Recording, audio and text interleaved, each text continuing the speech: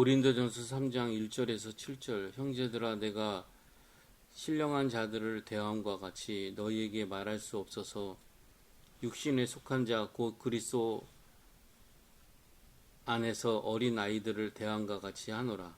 내가 너희를 젖으로 먹이고 밥으로 아니하였노니 이는 너희가 감당하지 못하였음이거니와 지금도 못하리라.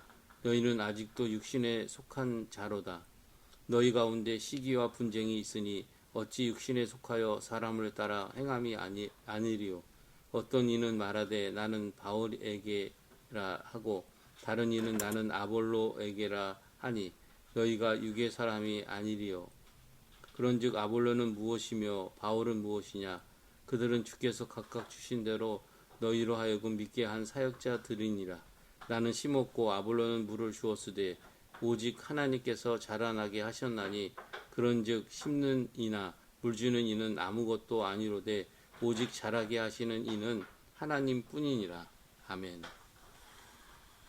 바울이 하나님이 자라게 하셨다는 것을 강조한 이유가 있습니다.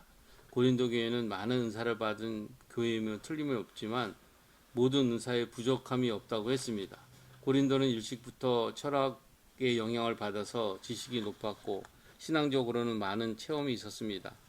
의욕이 너무 넘치다 보니까 자기 주장이 셌습니다.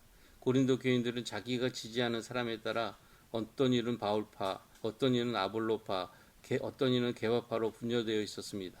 나는 심었고 아볼로는 물을 주었다는 말이 이런 의미입니다. 고린도 교회 성도들은 남보다 많은 은사를 받은 것은 자기들의 영성이 뛰어났기 때문이라고 생각을 합니다. 하나님의 말씀을 듣고 내 고집대로 살지 않는 것입니다. 하나님의 말씀을 듣고 내 삶이 변화되는 것이 영성이 있다고 말합니다. 그런데 고린도 교회 성도들은 성경을 많이 배워 지식으로 알고 있거나 기도를 많이 해서 체험에 빠지는 것을 자기들의 영적인 능력이라고 생각했습니다. 이들은 하루 종일 말씀도 듣고 기도하는 것이 진정한 영적 능력이라고 생각했습니다.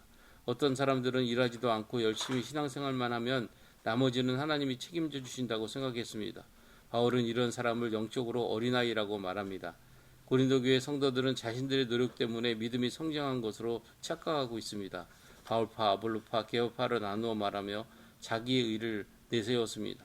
그런데 바울은 나는 심었고 아볼로는 물을 주었으되 자신은 복음의 기초를 심었고 아볼로는 구약 성경에 능통한 사람이니까 구약 성경에 물을 주어서 심령을 풍성하게 했을 뿐이라는 겁니다. 사람이 한 것이 아니라 하나님이 하셨다는 겁니다. 하나님께서 자라게 하셨기 때문에 믿음도 자랐다는 것을 강조하고 있습니다. 바울은 복음을 심었다고 고린도 성도들의 신앙을 저절로 자랍니까? 아볼로가 풍성한 설교를 했다고 고린도 성도들의 신앙이 저절로 자랍니까?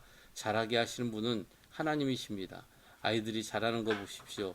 보통 부모가 아이들을 키운다고 말하는데 가만히 생각해보면 부모가 어떻게 자라게 할 수 있겠습니까?